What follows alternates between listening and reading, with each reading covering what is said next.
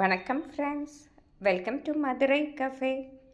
இன்று நாம் இந்த சேனலில் பார்க்க இருப்பது மிக எளிய முறையில் செய்யக்கூடிய ஒரு ஈவினிங் ஸ்நாக்ஸ் தான்.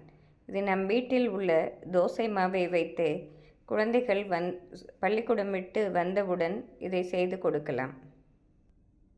இதை செய்வதற்கு குறைந்தது 10 நிமிடங்கள் தான் ஆகும்.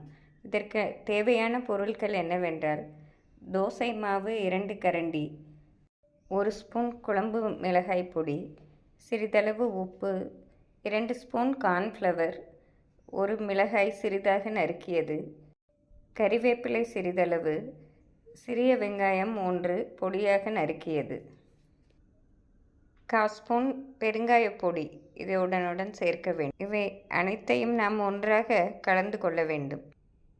நாம் வடை சட்டியில் சிறிதளவு எண்ணெய் ஊற்றி காய வைத்து இந்த கலவையை போண்டா போல் நாம் போட்டு எடுக்க வேண்டும்.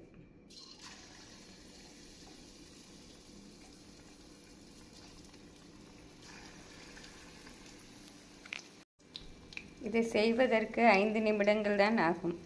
நாம் பள்ளிக்கூடம் முடிந்து குழந்தைகள் வரையும் இது செய்து கொடுத்தால் மிக சுவையாக இருப்பதோடு ஆரோக்கியமானதாகவும் இருக்கும்.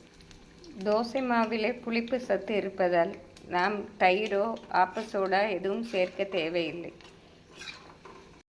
நமக்கு கடலை மாவினால் பஜ்ஜி செய்யும்போது வயிற்றிற்கும் பிரச்சனை தருவதாக இருக்கும். இப்படி தோசை மாவினால் செய்வதால் உடல் ஆரோக்கியத்திற்கும் இது நன்மை தருவதாக இருக்கும். இந்த போண்டாவிற்கு நாம் வீட்டில் அரைத்த தக்காளி சட்னியோ தேங்காய் சட்னியோ வைத்து குழந்தைகளுக்கு கொடுத்தால் இது ஒரு ஆரோக்கியமான ஸ்நாக்ஸாகவே இருக்கும். இதை செய்து பார்த்து அனைவரும் நன்மை அடையலாம். நன்றி, வணக்கம்.